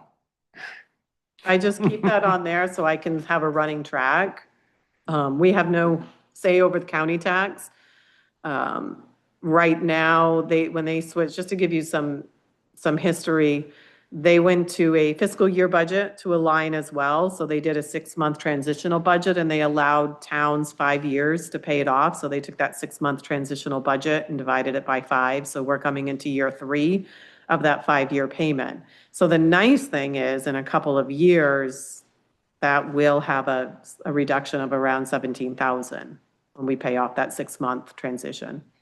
We could have paid the 6 months all at once, but if they were offering interest-free with no penalty for 5 years, why not split it and have a much less impact? And we were very appreciative of that offer. So, and they offered that to all the towns in the county.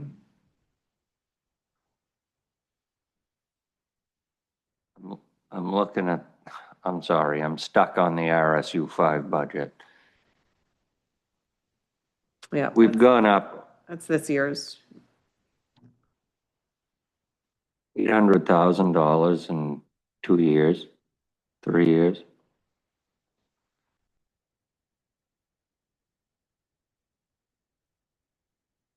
And I know there's A lot of talk around town right now about the early childhood exploration. And I just want to put this on the record here.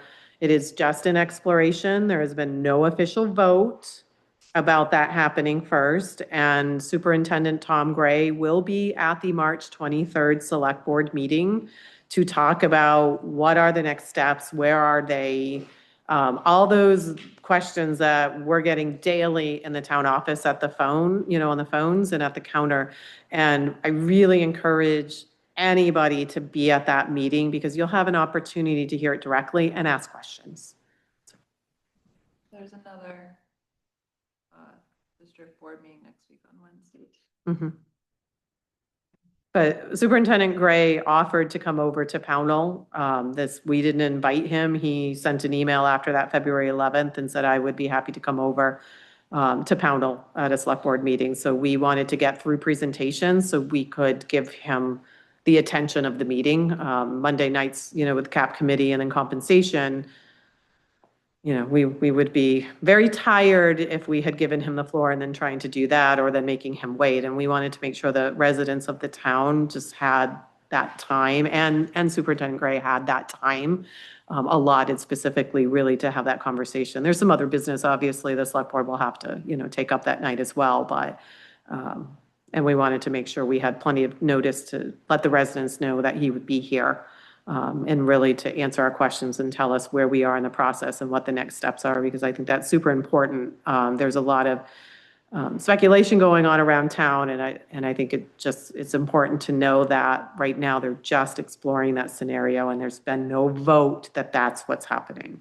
Yeah, and that all of those meetings are recorded and are available the day after on their YouTube channel. And they are long, like 3 to 4 hours long, but you can listen to the parts that are of interest to you, and you can hear from different school board members and different public comments. And so it's like another way to kind of just stay engaged as a member of the public. It's a little off topic from ours, but since we mentioned RSU, I just wanted to make sure that I was aware of that meeting and that he would be here. Okay, let's move to solid waste, which we're pretty much handcuffed to. Yeah, when I was rereading Jenna's notes, when I was putting them in, just, thinking about the cost of recycling now being the same as, MSW trash is, in my town, in my home, I'm a huge composter and recycler, and that wouldn't stop my efforts, I guess. This happens in the town I'm living in because I like what I produce, so to speak, or not produce, I guess, out of that. But it is a hard pill to swallow, but as they're transitioning and building a new facility, it looks like this is, part of the way that they're funding it. And Dan did a great job explaining it. I mean, he really dug in and got his best estimate that he could get. He was the one that reminded me that Casella had billed us incorrectly. So the contract, just to go back to the contract, so the contract had set amounts for the first 2 years, and then it was based on the CPI of recycling or solid waste or whatever. And the way that Casella had the contract set up is they weren't going to use the figure till May of that year. Well, we're past budget cycle at that point. And I said, May's way too late for us to know if you're going to be bigger than the 5%. So we rewrote the contract to be January, so we would know. But they forgot to encompass the rewrite. We had done that a year ago, and then they factored in the May CPI, which was higher than the 5%, and forgot that they had agreed to the 5%. And I didn't catch that. And when we were comparing our year-to-dates going into the budget cycle, he's like, whoa, wait, it should have been this amount. And we went back and they're like, oh, yeah, sorry. They sent me the amendment and I'm like, no, we signed and approved this amendment a year ago. And I re-forwarded that email and they missed it. So they've given us a credit back and readjusted our bill. So, applaud, hats off to Dan for catching that because I missed it. He is the king of trash. He's He's put a lot of work and effort into that survey, that's up and posted online that many of you took part in last November to find out how people felt about the new system. And he's really dug into the numbers and he's questioned them. He's looking into this stewardship program that's supposed to be giving us money back in fiscal year 2028 towards the EPR. Is that what the packaging? And, but nobody knows from that standpoint what that's going to look like. So of course, we have no information yet about the refunding that we could get from that program. Well, it's interesting to me, especially everybody was against the carts or the barrels when they first came out. Now everybody loves them. And it makes it very easy for them to fill them, which causes us to put more tonnage out The interesting piece at of, a greater cost to the taxpayer. and the interesting piece was people weighed the convenience over the cost. Yeah. I'm one of those. It's interesting though, if you do the numbers and you run the number of citizens in the town versus like the total cost of our trash, like I think around 120 per person-ish. I think Dan did To a, do yeah. all the trash and recycling on your behalf, which is not terrible.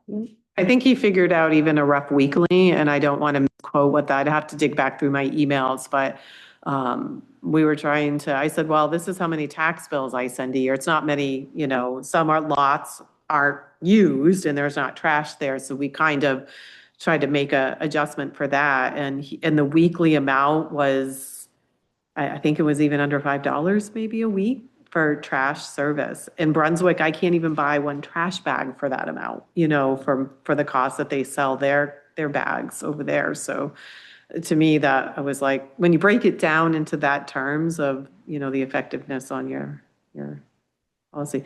Durham is headed in that direction. I met with the vice chair of their solid waste committee, and the interesting piece when we talked about the pay-as-you-throw program and whether to keep it is we were told without the AI cameras and that technology, which was fairly expensive, there would be no compliancy, there would be no enforcement and no way to know if people would comply. And we felt that people would really just stop buying the bags because no one was enforcing.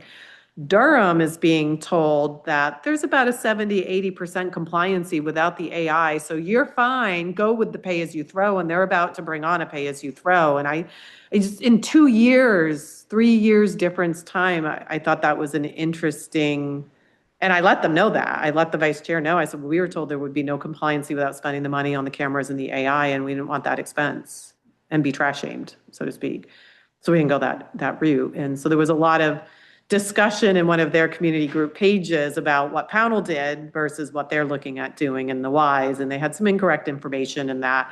And I had to sit on my hands and not, go to the keyboard and try to correct it because, the road to is paved with good intentions and that always goes south sometimes. And so I left it alone, but so it's just interesting that it's a slightly different story, over there, but maybe they've done some study. I don't know. That's what I don't know. Well, it may give us an opportunity to offset some of the costs. Sure. Again, with a pay-as-you-throw. And I'm Which is glad why- we haven't taken that line Yeah. item off. Exactly why we're keeping that line visible, because we could bring it back with a quick amendment to the ordinance and an adjustment. Our pay-as-you-throw program was always set up to offset the tipping fees of EcoMaine, and that was its intent, and not be a huge revenue stream. And the one thing I'm not sure that we ever really took into account was the cost to produce the bags, and then we had to pay to order the bags. So we would budget X amount of dollars, so we would budget $12,000.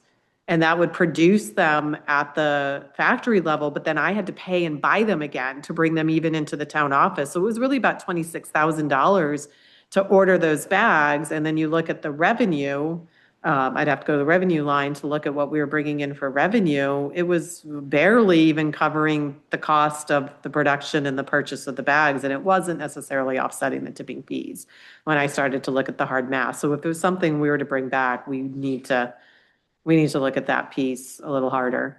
Maybe we should have kept all those boxes of it. Yeah, I think we still have a couple. Maybe, I don't know. All right. The last thing was revenues, which technically the budget committee does not have oversight or recommendation, but it's important data still to know where I'm trying to pull money in to offset all those expenditures that we just went over. So if you have questions about revenues, I'm happy to answer them. No, I think. Oh, I just am wondering if you can explain to me a little bit the TIF revenue. Sure. So what I remember from our previous presentation was that I think, and correct me if I'm wrong, is it that quantity, the 4,164, is revenue that is coming in to the town budget from the TIF and being used to offset salary increase or salary costs. Is that true? You are 99.9% on, yeah. So the TIF district tax collection is sheltered out of the general fund and is put into a separate account. We are allowed by our agreement, our TIF agreement, to offset up to 5% of the town administrator's salary. So that 4,164 is revenue added in this year to offset my increase. So now you know my increase just went up 3 and 3. So this is almost a net zero of my compensation increase. We are allowed to offset up to 10% of a town planner. I don't think town planner subcontractor, because it's not an employee, qualifies. We can use up to 750,000 of this money towards a credit enhancement agreement. We can use, I don't remember exactly, towards three-phase power was another. There's several categories that as this money comes in. Now, currently, I've collected 15,394 in the first 2 tax payments. I expect to have just over 30,000 in that account at the end of the year. That money can be used to pay on a bond, should we have to take one for a potential new fire station. So that money can be used to make the bond payments or the interest payments on the bond, however much we have in there. So that was when we created this district 3 years ago, we started the process about. There were 2 reasons. One, to start giving us some investment opportunity in a sense. You know, we're allocating this money to help offset some things in the future, but it also just really enhanced a partnership with Estabrooks as one of the lots that's in there.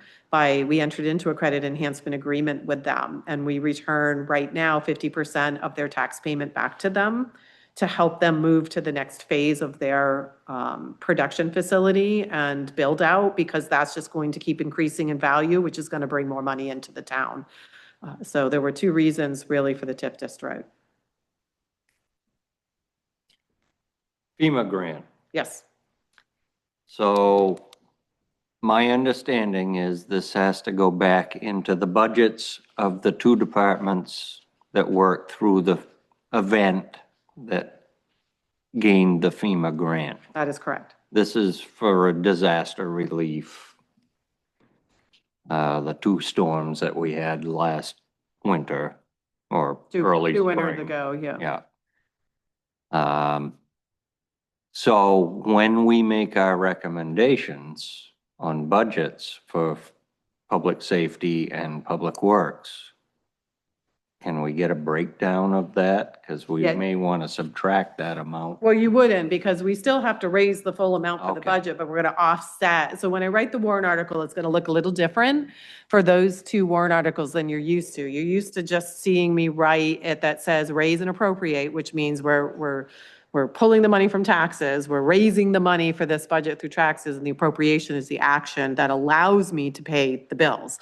And then, you know, here's your expenses minus your revenues, here's what I got to collect for taxes. In this case, in the warrant articles, we try to stay away from funding them because it can be a hand tire, but we have to in this case. So my 2 warrant articles for public works and public safety are going to say transfer and appropriate X amount of dollars from the FEMA grant general fund, and the account number will be listed, and raise and appropriate the difference to equal the sum of whatever the recommendations are. Okay.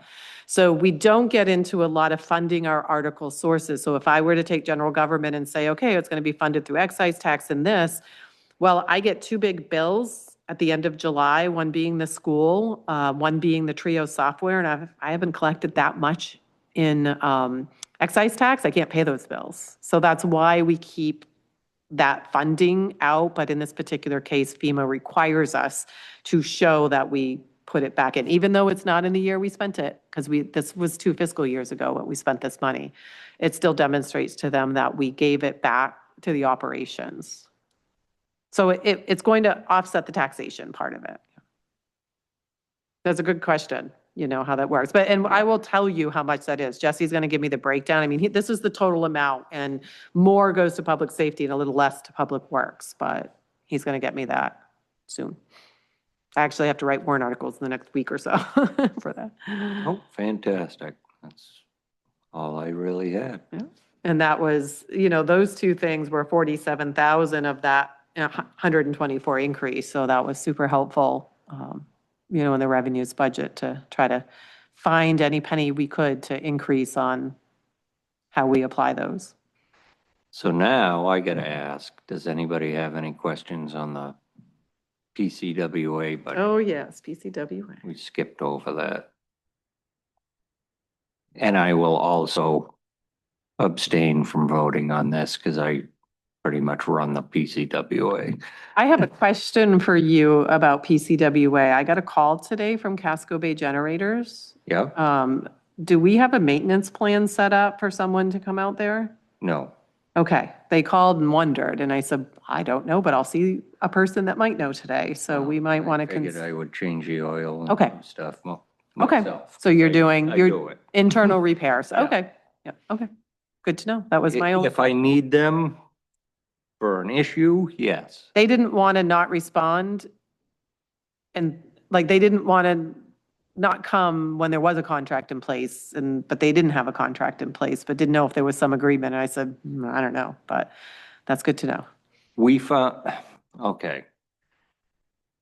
Yarmouth Sewer Department, we had contract for years with Caterpillar to take care of all our generators. And we found that we could do the annual services and most of the repairs for way less than we were paying for that contract. I mean, way less, like $30,000 less a year. Those maintenance plans on those generators. Yeah. And Caterpillars. Oh, yeah. Over the top.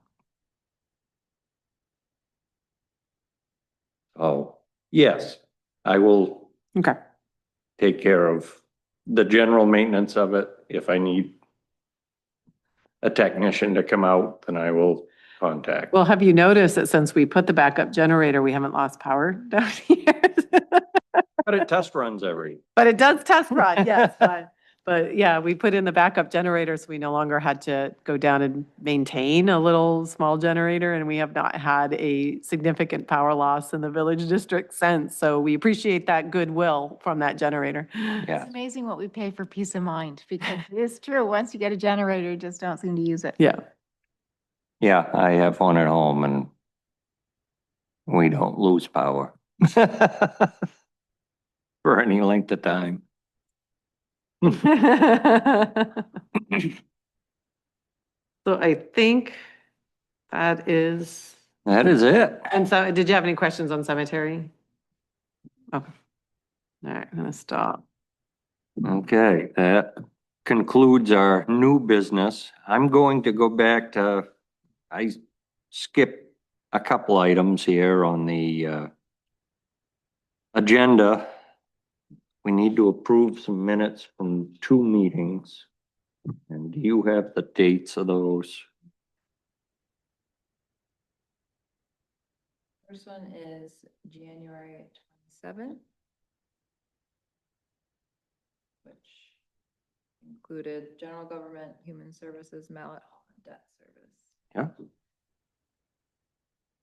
don't think anyone had any specific feedback. Oh, I know they were sent out and I read them. I think AI did a great job with them.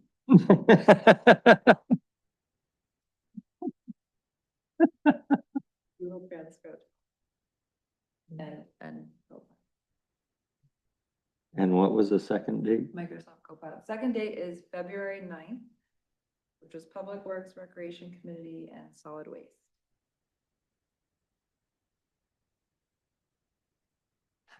Okay, so I will entertain a motion to accept the minutes of the January 27th, 2026 and the February 9th, 2026 meetings. Second that. Nope, we need a motion. Oh, I'm sorry. Make a motion to accept? Yep. Now, I'll second it. okay.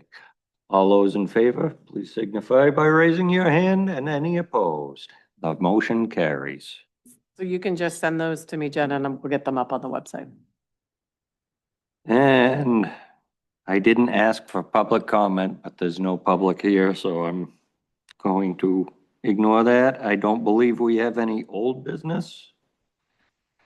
I don't believe we have any correspondence. And there is no other business, so I will again entertain a motion for adjournment. Motion to adjourn. Do I have a second? All those in favor? We are adjourned.